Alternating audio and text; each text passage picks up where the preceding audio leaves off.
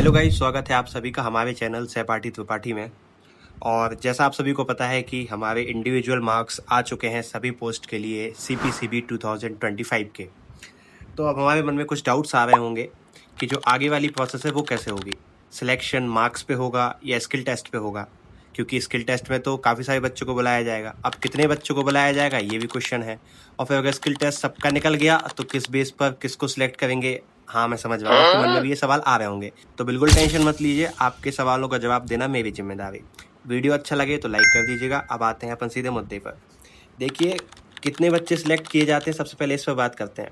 इस चीज़ को हम लोगों को जानने के लिए CPCB का प्रीवियस ट्रेंड देखना पड़ेगा, क्योंकि जो अलग अलग एजेंसीज होती हैं वो अलग अलग तरीक़ों से लोगों को बुलाती हैं स्किल टेस्ट में। यानी कि कुछ ऐसी होती हैं जो 10 से 15 गुना लोगों को बुला लेती हैं, कुछ ऐसी होती हैं जो 2 से 3 गुना लोगों को ही बुलाती हैं।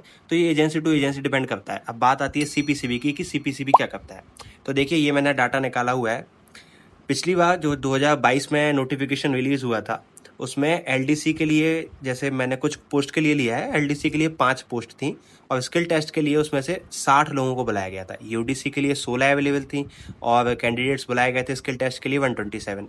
डाटा एंट्री ऑपरेटर की 3 पोस्ट थी और 24 लोगों को बुलाया गया था, और असिस्टेंट की भी 3 पोस्ट थी और 36 लोगों को बुलाया गया था। बाकी पोस्ट का मैंने लिखा नहीं है, बट आप ट्रेंड आराम से देख सकते हैं CPCB की वेबसाइट पर जाकर।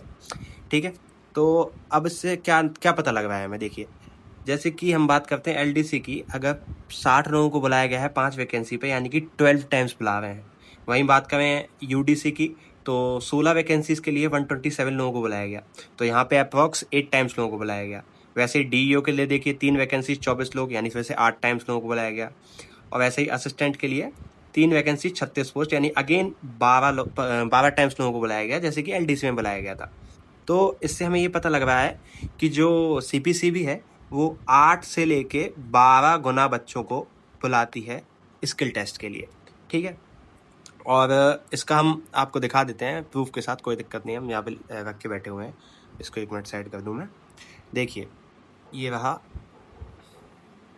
किसका है ये हो गया अपर डिवीज़न क्लर्क का, ये लास्ट टाइम का है। और देखिए, यहाँ पे 127 लोगों को बुलाया गया था और इसके लिए पोस्ट अवेलेबल थी 16। वैसे ही यहाँ पे मैं दिखाता हूँ आपको, ये है स्किल टेस्ट फॉर LDC के लिए यहाँ पे बुलाया गया था, ये देखिए 60 लोगों को, और वहाँ पे पोस्ट अवेलेबल थी केवल 5। उसके बाद ऐसे ही हम डाटा एंट्री ऑपरेटर के लिए भी देख सकते हैं कि 24 लोगों को बुलाया गया था और केवल 3 वैकेंसीज थी।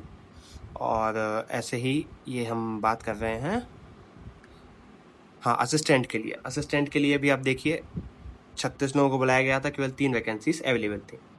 तो ये हम आराम से देख सकते हैं। तो हम कैसे चेक करें कि हमें इस बार बुलाया जाएगा कि नहीं स्किल टेस्ट के लिए। तो बहुत सिंपल है। देखिए, जैसे हम एग्जांपल लेते हैं डाटा एंट्री ऑपरेटर का, इसमें 1 वैकेंसी है, तो हमें जाना है उस लिस्ट पर जो आज रिलीज़ हुई है सभी के इंडिविजुअल मार्क्स वाली। जैसे कि मैंने ये डाटा एंट्री ऑपरेटर की ही खोल के रखी है। अब हम अगर मानते हैं कि 12 गुना लोगों को बुलाया जाता है, तो यहाँ अगर वो 1 सीट, हाँ, इसमें एक चीज़ और ध्यान देने वाली है कि अगर वो जो 1 वैकेंसी थी वो जनरल कैटेगरी की है, तब तो हाँ, 12 के टॉप लोगों को बुला लिया जाएगा स्किल टेस्ट के लिए। बट अगर वो किसी कैटेगरी की सीट है, वैकेंसी केवल उसी के लिए है, फॉर एग्जांपल अगर SC के लिए ही वो सीट है, तो फिर टॉप के 12 SC स्टूडेंट्स को इस लिस्ट में से स्किल टेस्ट के लिए बुला लिया जाएगा। इसी तरीके से आप अपनी अपनी पोस्ट के लिए भी चेक कर सकते हैं। जैसे कि अगर अपर डिवीजन क्लर्क है और 8 गुना लोग इसमें, 8 वैकेंसीज है इसमें, तो इसको आप 12 से इंटू करके समझ सकते हैं कि 96 लोग होंगे लिस्ट के जिनको बुलाया जाएगा आगे स्किल वाले राउंड के लिए। तो यही था आज का वीडियो। अगर आपको पसंद आया हो तो लाइक कर दीजिएगा, सब्सक्राइब कर दीजिएगा, और बेस्ट ऑफ लक आपके रिजल्ट के लिए। Thank you so much.